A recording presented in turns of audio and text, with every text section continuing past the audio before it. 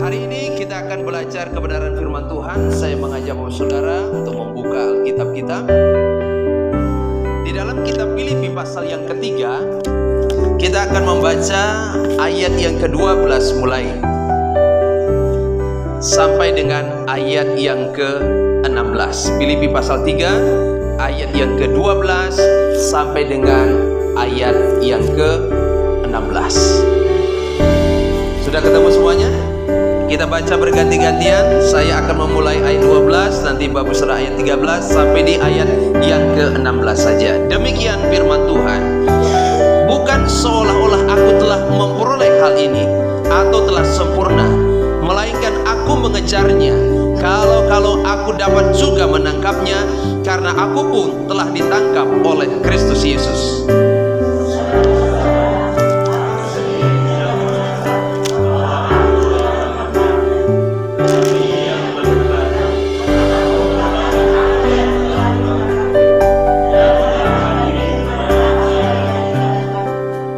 Berlari-lari kepada tujuan untuk memperoleh hadiah, yaitu panggilan surgawi dari Allah dalam Kristus Yesus.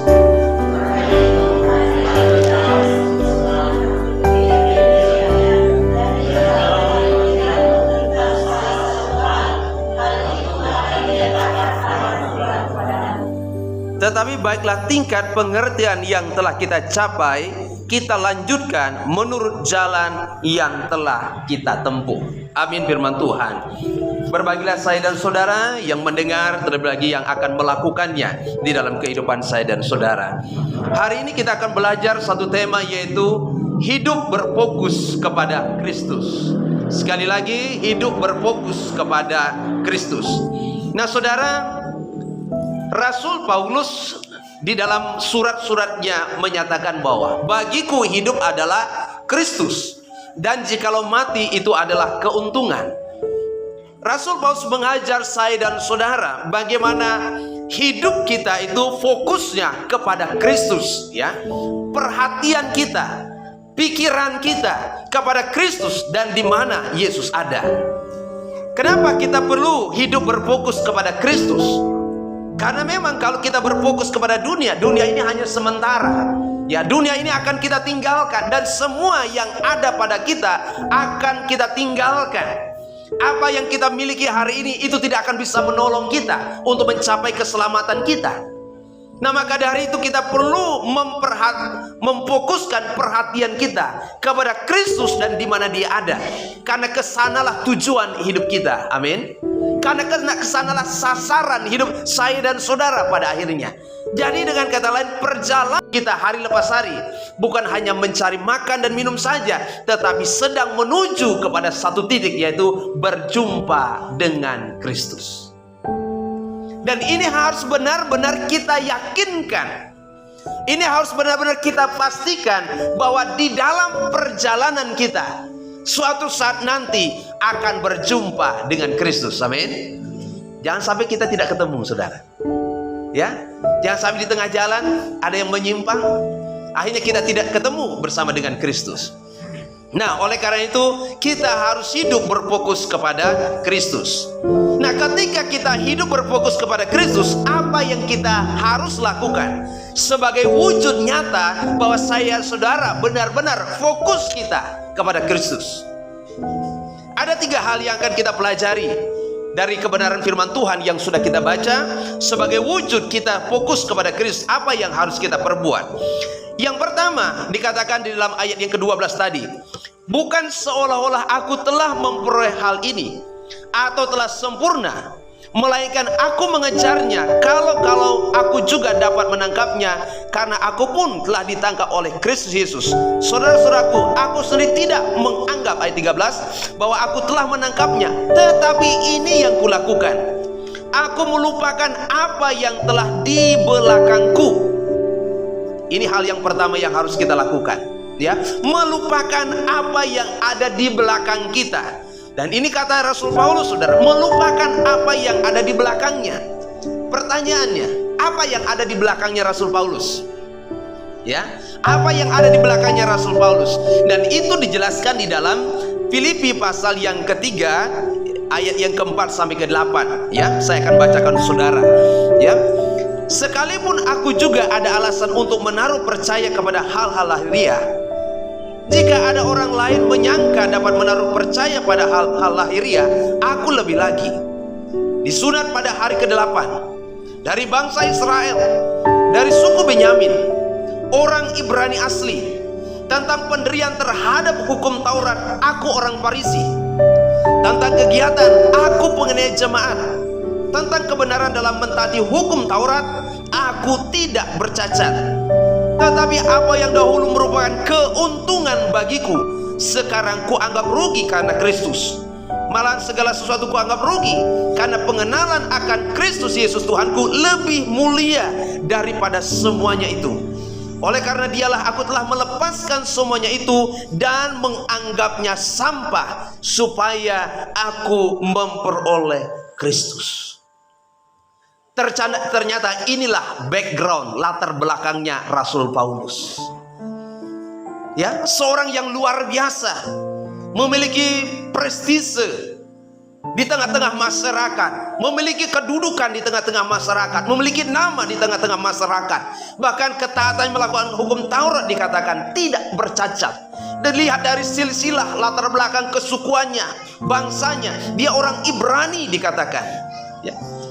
Dia merasa dirinya menonjol pada waktu itu, merasa dia lebih tinggi pada waktu itu. Tetapi dia katakan, setelah dia mengenal Kristus, dia anggap semuanya apa? Sampah. Jadi Rasul Paulus melupakan apa yang ada di belakangnya, yaitu kebanggaan-kebanggaan duniawi, kebanggaan-kebanggaan hidup lamanya. Dia tinggalkan semuanya, dia lupakan semuanya.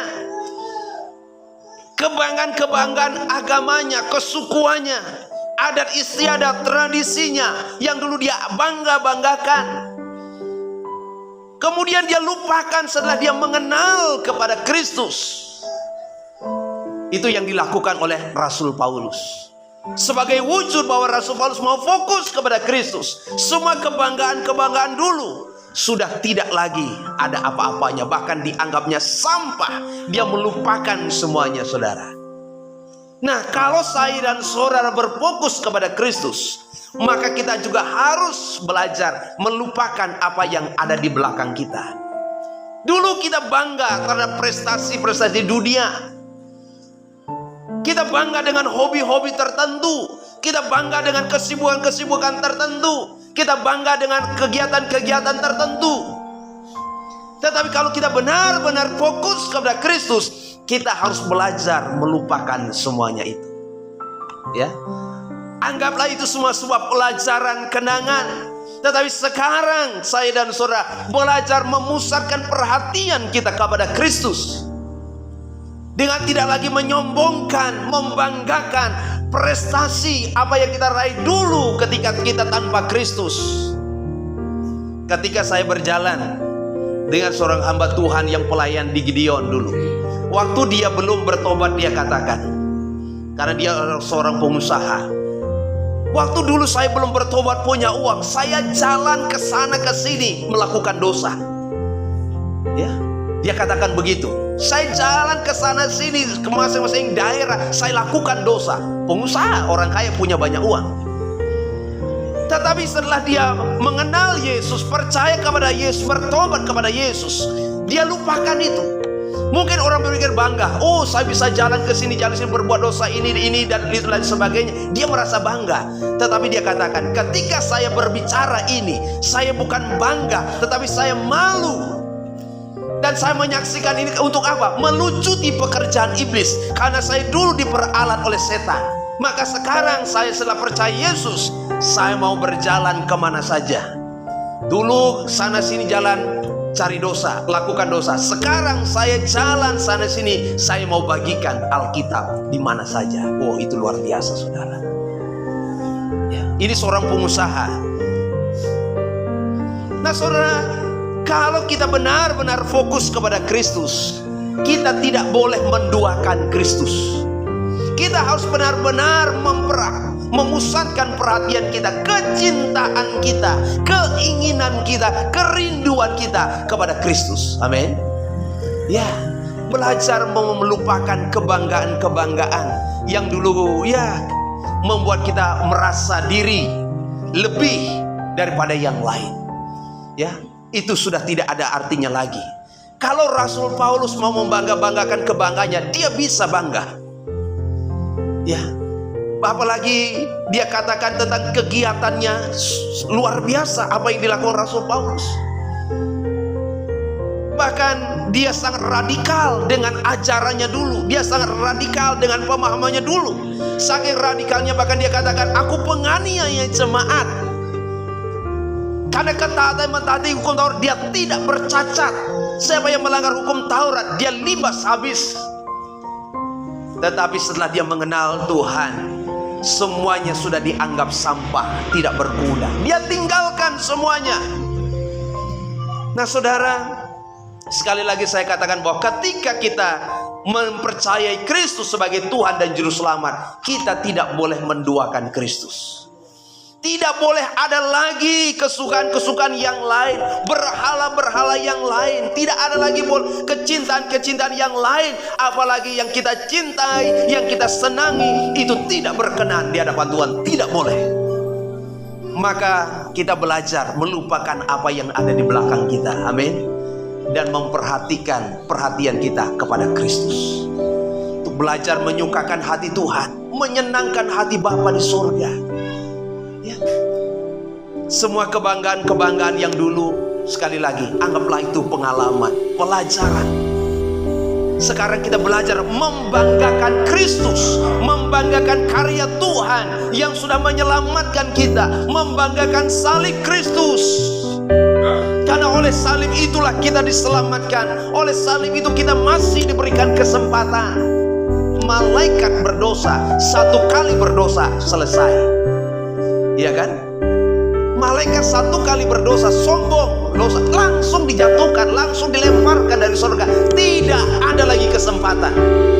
Tetapi saya dan saudara, oleh karena salib Kristus, kita berdosa, masih diperkenankan, masih dilayakkan untuk bangkit kembali, masih diberikan kesempatan yang kedua. Oleh karena itu, setelah kita percaya kepada Kristus, mari kita membanggakan karya Tuhan Yesus dalam kehidupan kita. Semua karya-karya kita, sekali lagi, pada akhirnya itu akan sirna, hilang, lenyap. Semuanya akan ditelan bumi dan akan dilupakan. Sehebat apapun karya kita, suatu saat pasti juga akan dilupakan oleh orang lain. Ya, bahkan hidup kita pun akan juga bisa dilupakan. Maka saya pernah berkata kepada Bapak Saudara semuanya, orang yang berkata saya mengasihi, saya mencintai, itu tidak akan benar-benar menyertai kita selama-lamanya. Ya, orang yang berkata saya paling cinta, belahan jiwa saya berkata tidak akan mau menyertai kita selama-lamanya. Salah satu contoh, kalau kita sudah meninggal, mati, kita sudah jadi mayat, lalu kita sebelum kita mati, kita berpesan sama istri, anak-anak, bahkan orang yang mencintai kita, kita berikan amanat yang terakhir. Misalnya begini, mau apa tidak? Saudara renungkan baik. Mama, anak-anak, bukankah kalian mengasihi saya? Oh iya, saya mengasihi. Kalau saya mati, izinkan saya tidur di tempat tidur 10 hari. Dikasih apa tidak? Hah? Padahal tempat tidur itu kita yang beli, rumah yang bagus itu kita yang usahakan untuk bangun rumah. Lalu kita berpesan, nanti kalau mati izinkan saya tidur di kasur 10 hari saja. Dikasih? Atau tidak usah di kasur lah, tidak usah di kamar, di dapur saja lah. Taruh saya di dapur 10 hari saja. Dikasih? Tidak. Ya, tidak. Atau kalau begitu tidak usahlah di rumah. Ketika aku nanti masuk ke liang lahat, mau tidak engkau menemani saya tidur di sana dalam kedinginan, dalam kesepian? Mau? Tidak ada. Lalu di mana kata-kata aku mengasihi engkau, aku mencintai engkau, engkaulah tulang dari tulangku, daging dari dagingku, engkaulah belahan jiwaku. Kenapa dia tidak mau menyertai kita? Iya kan? Nah, ini yang harus benar-benar kita renungkan. Bahwa manusia suatu saat akan meninggalkan kita dan akan melupakan kita. Tetapi Kristus Yesus yang menyelamatkan kita, Dia tidak akan pernah meninggalkan kita, dan Dia tidak akan pernah melupakan kita. Dia menyertai sejak dari dalam rahim kandungan ibu kita, menyertai kita sampai kita bertumbuh dewasa menjadi tua, bahkan sampai mati menuju kepada kekekalan. Dia tetap akan menyertai kita. Amin. Ya, inilah kasih Kristus yang luar biasa. Maka ketika Rasul Paulus sudah mengenal Kristus, percaya kepada Kristus, dia lupakan semua apa yang ada di belakangnya dan mengarahkan perhatiannya kepada Kristus. Karena dia tahu keselamatan yang sejati itu ada di dalam Kristus. Maka dia membanggakan Kristus, dia membanggakan salib Kristus, dia membanggakan karya Tuhan di dalam dirinya, bukan lagi membanggakan dirinya. Tapi dia membanggakan Kristus, bukan lagi mencari kemuliaan dirinya, tetapi dia mencari kemuliaan Tuhan. Itulah yang dilakukan oleh Rasul Paulus. Maka dia berkata, bagiku hidup adalah Kristus, dan jikalau mati untung besar. Bukan hidup bukan untuk dirinya sendiri lagi, tapi hidup bagiku adalah Kristus. Jika aku hidup, aku harus bekerja memberi buah. Itu dikatakan dia hidup, bukan hidup asal hidup, tetapi dia benar-benar hidup berguna bagi Kristus untuk pekerjaan Tuhan. Ya, dia abdikan dirinya. Dia taruh seluruh hidupnya di tangan Tuhan, melayani Tuhan, menyenangkan Tuhan. Itu orang yang berfokus kepada Kristus, melupakan semua kebanggaan-kebanggaan diri yang palsu dan semu.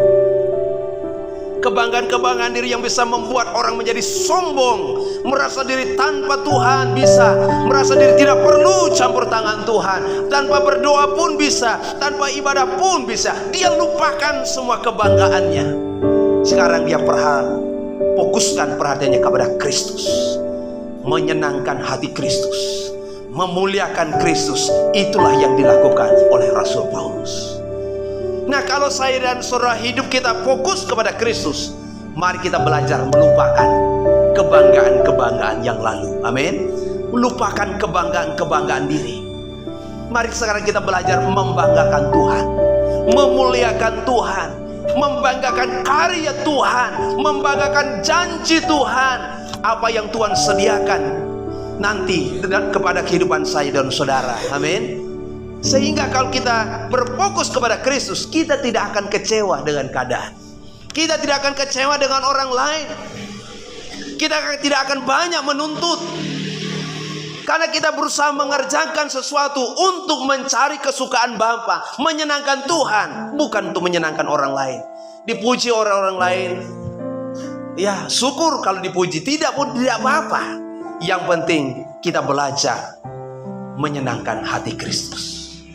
Nah, ini yang dilakukan yang pertama Rasul Paulus, melupakan apa yang di belakangnya, latar belakangnya, kebanggaannya yang dulu, ya, prestasinya yang dulu. Setelah dia mengenal Kristus, dianggap sampah, tidak berguna.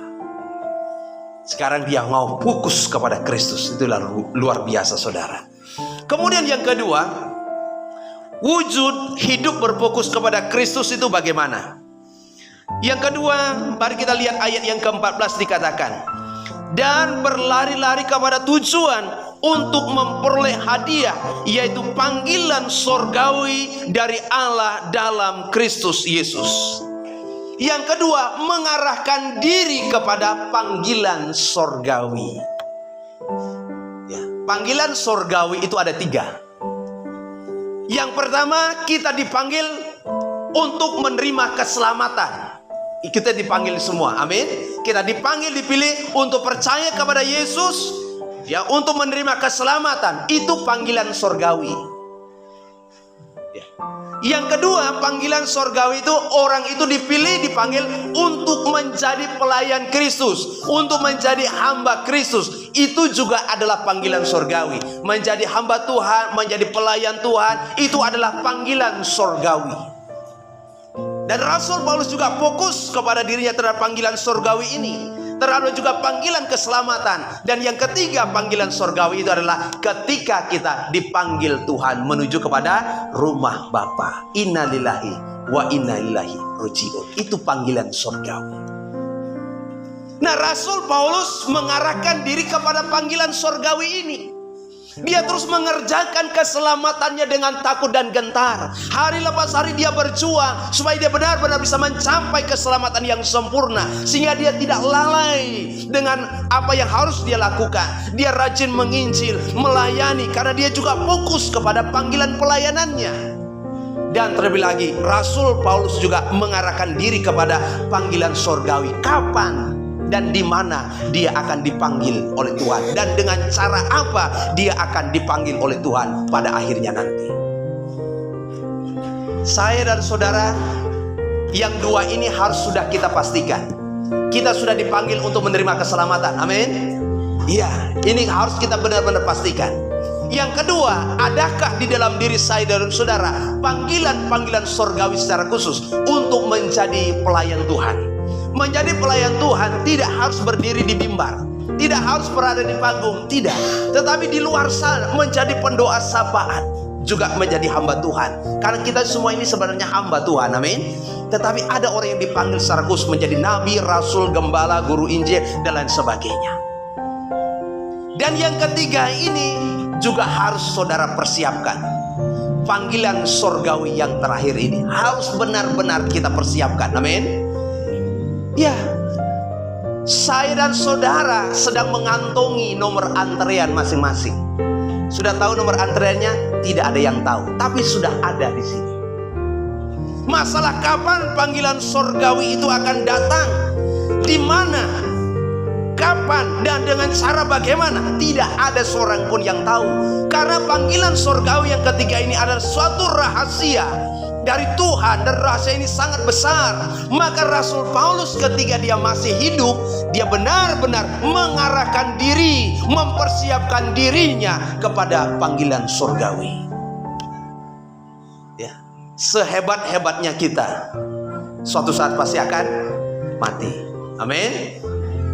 Sesehat-sehatnya kita, sepintar-pintarnya kita menjaga kesehatan, suatu saat juga pasti akan, ya, panggilan surgawi yang ketiga ini pasti akan terjadi. Masalahnya di mana? Sudahkah kita mempersiapkan diri?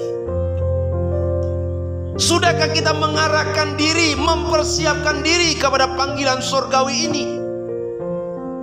Kalau kita dipanggil menjadi hamba Tuhan, boleh kita tolak. Oh, saya belum siap untuk menjadi hamba Tuhan, saya belum siap untuk menjadi alat Tuhan, saya belum siap. It's okay, boleh. Tapi untuk panggilan surgawi yang ketiga, tentang kita dipanggil ke rumah Bapa, siap atau tidak siap, pasti akan terjadi. Ya. Nah, apa yang harus kita persiapkan dalam diri saya dan saudara? Karena panggilan itu bisa kapan saja. Karena waktu itu adalah miliknya Tuhan. Rasul Paulus, dia tulis dalam kitab Filipi ini, adalah ketika Rasul Paulus ada di dalam penjara. Ketika Rasul Paulus menulis surat ini, mengarahkan diri kepada panggilan surgawi, ternyata Rasul Paulus ada di dalam penjara, dan dia keluar dari penjara. Dia tidak bebas lepas, tetapi apa? Kepalanya dipancung oleh Kaisar Nero.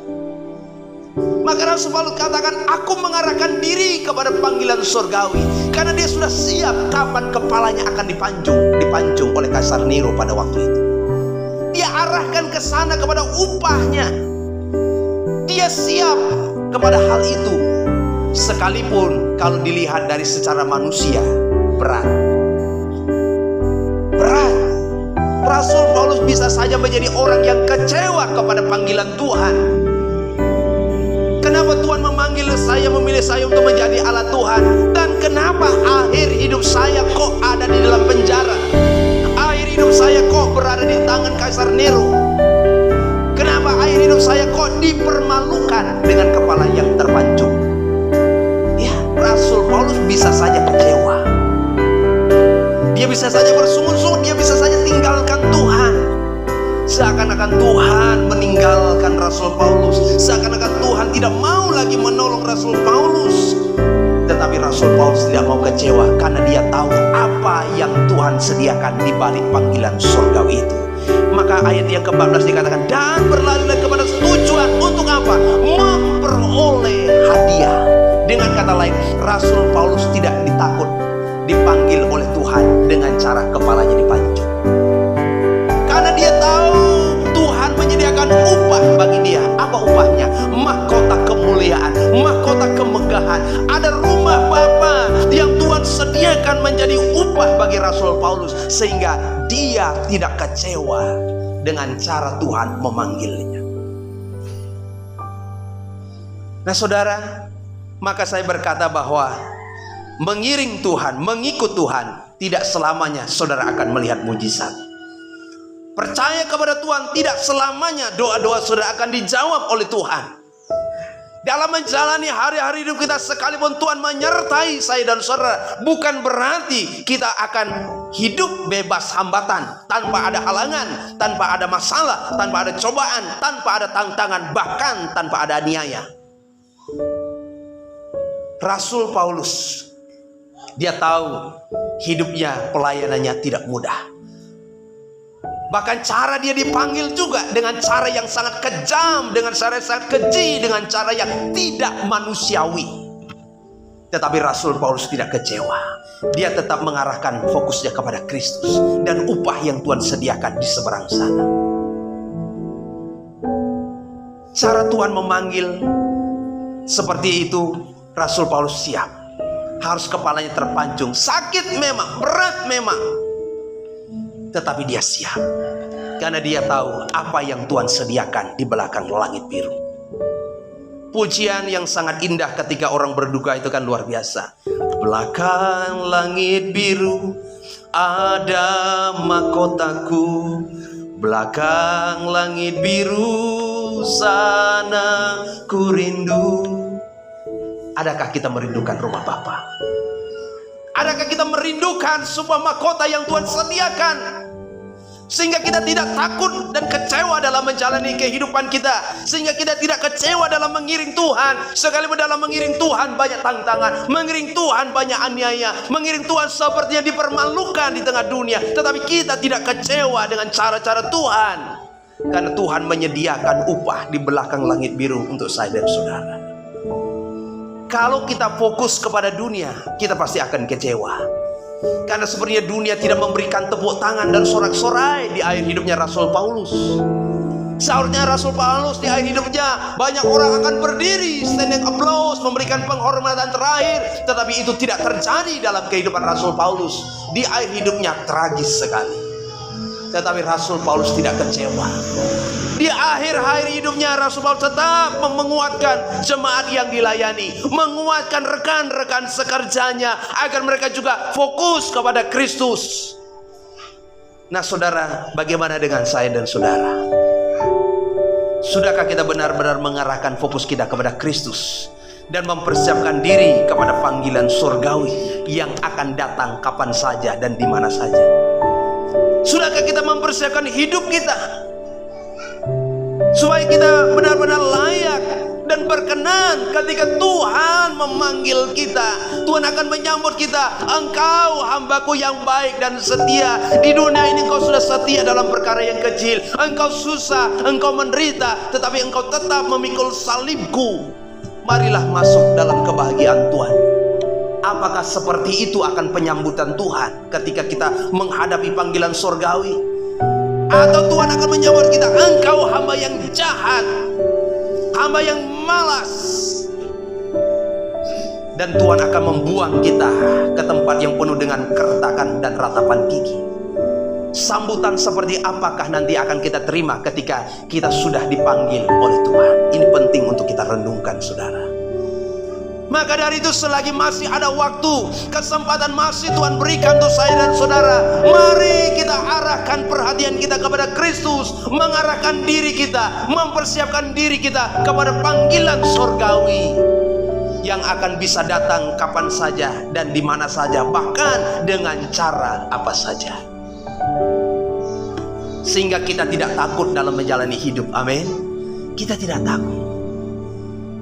Kemarin malam kalau tidak salah saya ceritakan kepada istri saya, Ma, tahukah waktu saya sekarat, Saya merasa tenang loh. Saya merasa damai sekali. Tapi istri saya bilang, "Ya Bapak yang tenang, Bapak yang damai. Tetapi jantung saya setengah mati ketika Bapak menghirup napas satu-satu. Seperti kapan akan berhenti napasnya? Bapak sih tenang, tapi saya begini, jantung saya berdetak." Saya bilang, "Jangan takut. Kalau saya pulang, saya sudah tenang. Saya sudah tidak ada beban lagi, tidak ada pergumulan lagi." Istri saya bilang, "Ya kamu yang tenang, tapi kami yang ditinggalkan." Ya, berarti saya masih diberikan kesempatan hidup. Kenapa? Karena istri saya belum siap. Istri saya belum siap. Maka firman Tuhan ini saya sampaikan, mari kita fokus kepada panggilan surgawi. Amin. Mempersiapkan diri kepada panggilan surgawi. Tidak perlu takut. Caranya bagaimana? Kapankah? Tidak perlu takut kalau kita sudah siap. Kalau hidup kita benar-benar sudah siap. Masalah yang kita tidak siapkan adalah, "Oh Tuhan, hidup saya masih hancur-hancuran. Hidup saya masih belum benar-benar sungguh-sungguh dengan Tuhan." Nah, ketika kita dengar firman Tuhan hari ini, kembali kepada jalan yang benar. Ketika kesempatan masih ada, amin. Sebelum nomor antrian dicabut oleh Tuhan, ternyata giliran kita, ternyata hidup kita belum layak, selesailah kita. Karena di sana tidak ada lagi kesempatan untuk bertobat, tidak ada lagi kesempatan untuk mengubah diri. Sekarang waktunya, sekarang saatnya. Ketika kita masih hidup, masih sehat, masih kuat, pikiran kita masih jernih, kita harus menyadari hidup kita. Ayo fokus kepada panggilan Kristus, fokus kepada Kristus. Jangan lagi fokus kepada dunia. Karena dunia ini tidak akan kita bawa menghadap kepada Kristus. Semua titel yang kita cari bertahun-tahun tidak akan kita bawa menghadap kepada Kristus. Sekalipun gelar kita mungkin pendeta seperti saya, STH, SSSSSSS. Ya, nanti paling terakhir akan berikan predikan apa? Almarhum. Itu titelnya. Tidak perlu sekolah. Hanya dalam sekejap langsung diberikan titel almarhum. Ya kan? Hanya itu, saudara. Nah, maka dari itu Rasul Paulus mengingatkan saya dan saudara, mari arahkan diri kepada panggilan surgawi yang ketiga ini, yang terakhir ini. Siapkan diri, jalani hidup dengan lebih baik lagi. Ya, jangan lagi mengejar kebanggaan yang sia-sia. Di dalam Kolose 3 ayat yang 1 dikatakan, "Karena itu kalau kamu dibangkitkan bersama dengan Kristus, carilah perkara yang di atas, di mana Kristus ada duduk di sebelah kanan Allah." Ya, cari perkara-perkara ilahi, cari perkara-perkara surgawi, karena itu yang kekal. Kalau saudara kita bilang dia banyak mengumpulkan amal soleh, karena amal solehnya lah yang akan benar-benar mengantar mereka. Ya, perbuatan baik kalau di kita kan tidak menyelamatkan, amin. Yang menyelamatkan itu apa? Karya dan penebusan Tuhan. Kalau saudara berbuat baik, itu adalah ucapan syukur saudara atas karya penebusan yang sudah Tuhan lakukan. Keselamatan itu adalah kasih karunia, bukan karena perbuatan baik kita, bukan karena usaha kita, tetapi pemberian Allah. Tetapi bukan berarti pemberian Allah atau kasih karunia itu harus kita injak-injak. Mentang-mentang kasih karunia, kan tidak apa-apa berbuat dosa, kan kasih karunia, kan kasih karunia. Berarti kita sudah menyia-nyiakan kasih karunia itu. Karena kita tahu bahwa keselamatan itu adalah kasih karunia, maka dari kita belajar menjalani hidup ini dengan baik, amin. Menjalani setiap kesempatan yang masih Kristus berikan, kita benar-benar pergunakan untuk mencari perkara-perkara ilahi, perkara-perkara surgawi di mana Kristus ada. Karena ada waktunya kesempatan itu akan ditutup untuk saya dan saudara. Galatia 1 ayat 10 dikatakan begini, "Jadi bagaimana sekarang? Adakah ku cari kesukaan manusia atau kesukaan Allah?" Orang yang berfokus kepada Kristus, dia mencari kesukaan Allah. Adakah ku coba untuk berkenan kepada manusia? Orang yang fokus kepada Kristus, dia tidak lagi mencari pujian atau makan puji dari manusia. Tidak perlu. Tetapi kita harus berusaha hidup berkenan kepada Allah, menyukakan hati Allah. Itulah orang yang benar-benar mengarahkan diri kepada panggilan surgawi. Amin. Nah, saudara kasih dalam Tuhan, mari kita cari perkara-perkara ilahi. Carilah sesuatu yang berkenan, menyenangkan hati Allah. Ini yang harus kita perbuat. kalau kita benar-benar mengarahkan diri kepada panggilan surgawi. Amin. Nah, itu yang kedua. Orang yang berfokus pada Kristus yang pertama tadi melupakan apa yang di belakang, yaitu kebanggaan-kebanggaan diri, latar belakang yang bisa saja membuat kita sombong, angkuh dan lain sebagainya. Yang kedua, mengarahkan diri kepada panggilan surgawi. Ya, panggilan surgawi itu ada 3, panggilan keselamatan, panggilan untuk melayani, dan panggilan untuk kembali menghadap kepada Bapa. Harus benar-benar kita persiapkan. Yang ketiga, yang terakhir, di dalam ayat yang ke 15-16 berkata begini, karena itu marilah kita yang sempurna berpikir demikian.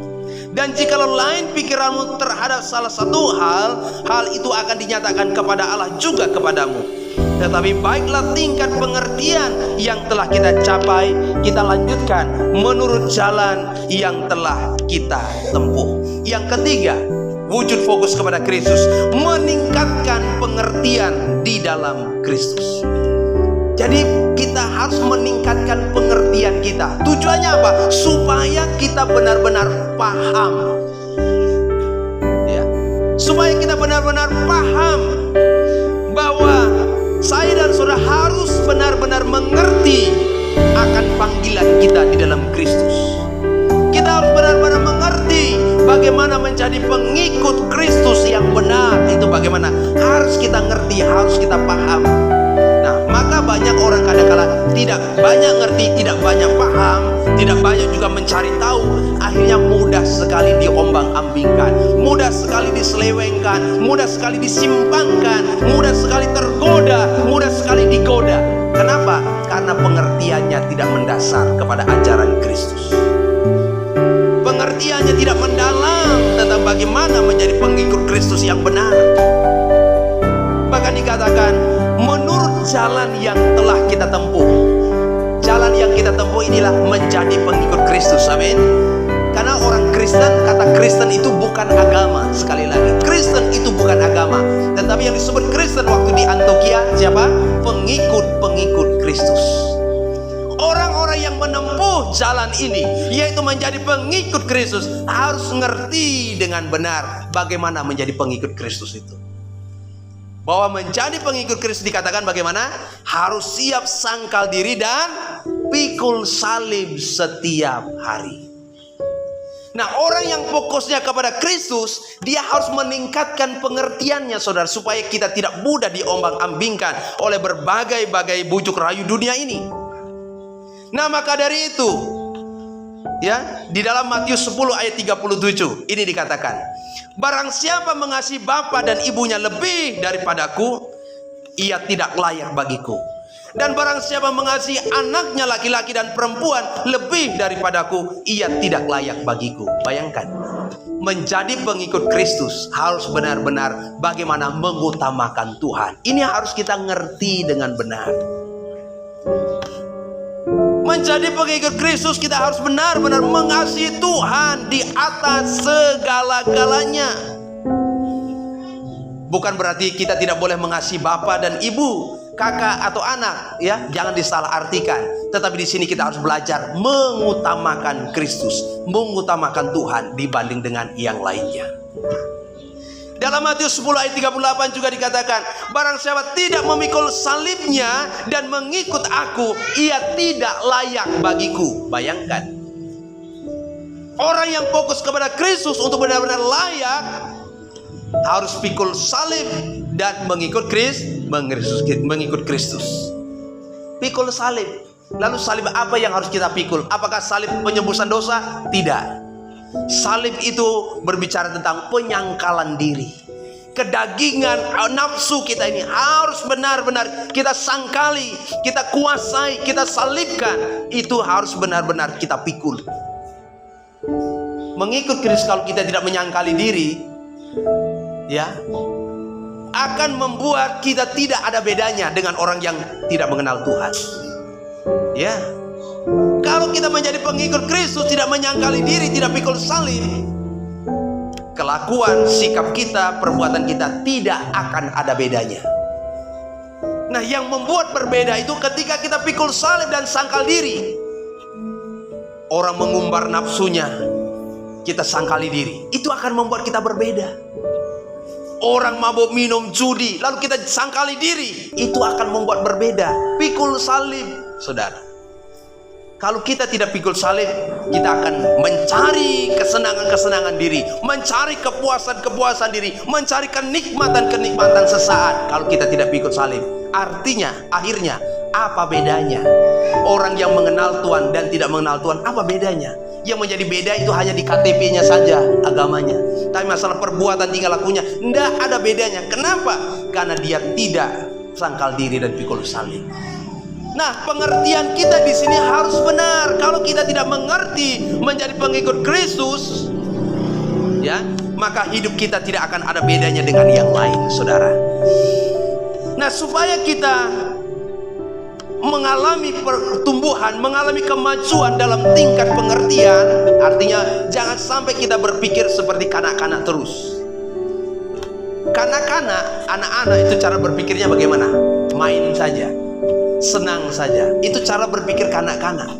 Nah, kalau kita pikir menjadi orang Kristen, menjadi pengikut Kristus, ya kita pikir senang aja. Oh, mengikut Yesus pasti akan diberkati, menjadi pengikut Yesus mujizat pasti terjadi. Itu pikiran kanak-kanak, saudara.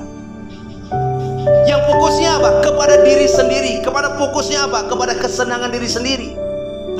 Maka menjadi pengikut Kristus yang benar, pengertian kita juga harus benar, ya. Cara berpikir kita harus benar.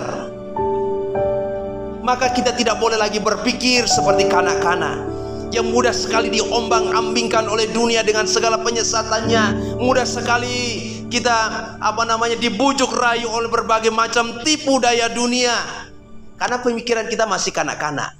Tapi kalau kita mau belajar meningkatkan pengertian kita, oh ternyata menjadi pengikut Kristus yang benar itu seperti ini. Menjadi pengikut Kristus yang akan dipermuliakan, oh ternyata seperti ini. Harus benar-benar sangkal diri, pikul salib. Tidak boleh sama dengan dunia. Harus berani konfrontasi dengan dunia. Bukan ikut arus, tapi berani melawan arus. Itu pengikut Kristus yang benar, ya. Karena pengikut Kristus yang benar itu gaya hidupnya, cara hidupnya berbeda dengan orang yang tidak kenal Tuhan. Amin.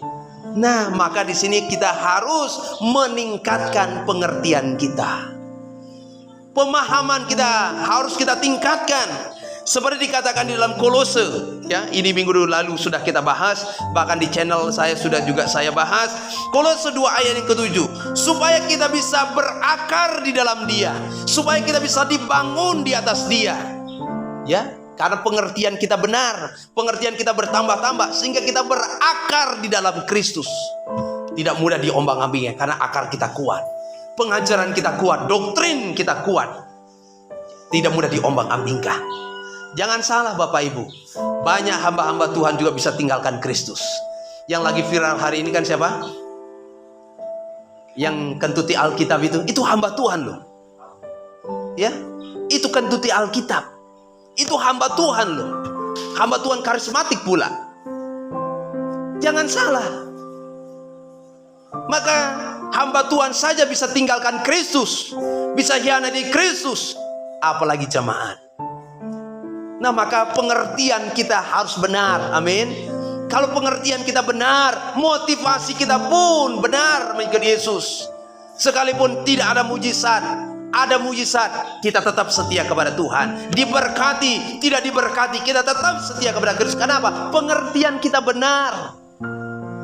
Kita ngerti kenapa menjadi orang Kristen. Kita ngerti kenapa kita menjadi pengikut Yesus, sehingga kita tidak mudah terjebak. Nah, oleh karena itu saudara, menjadi Kristen tidak cukup hanya hari Minggu saja.